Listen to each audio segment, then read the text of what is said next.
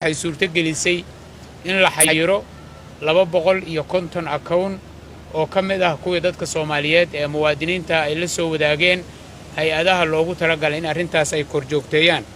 waxaa sidoo kaleeto macluumaadkaas dadka Soomaaliyeed ka yimid uu suurtageliyay in la xanibo 70 telefoon oo ah kuwa loo arkayay in khawaarijtu ay u isticmaalaysay in lacagaha sharci darrada ah ee dadka Soomaaliyeed ay ka boobtay la xayiray oo halkaas maaragtay xayiraad lagu sameeyay.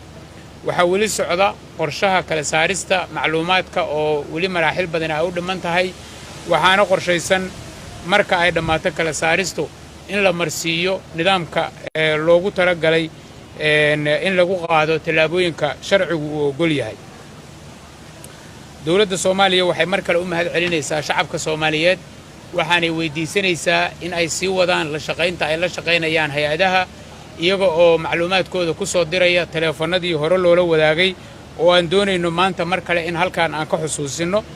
telefoonadaas oo kala ah eber 61 eber 4 eber 4 36 ama eber 1 eber 61 eber 4 eber 4 37.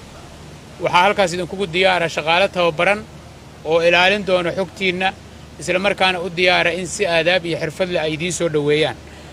intaa ka sokow waxaan jeclahay inaan ku soo dhoweeyo wasiirka maaliyadda Dr. Cilmi oo bixin doona faahfaahin intaas ka badan iyo awaamiirta iyo fariinta ay wasaaradda maaliyaddu doonayso inay la wadaagto dadka Soomaaliyeed.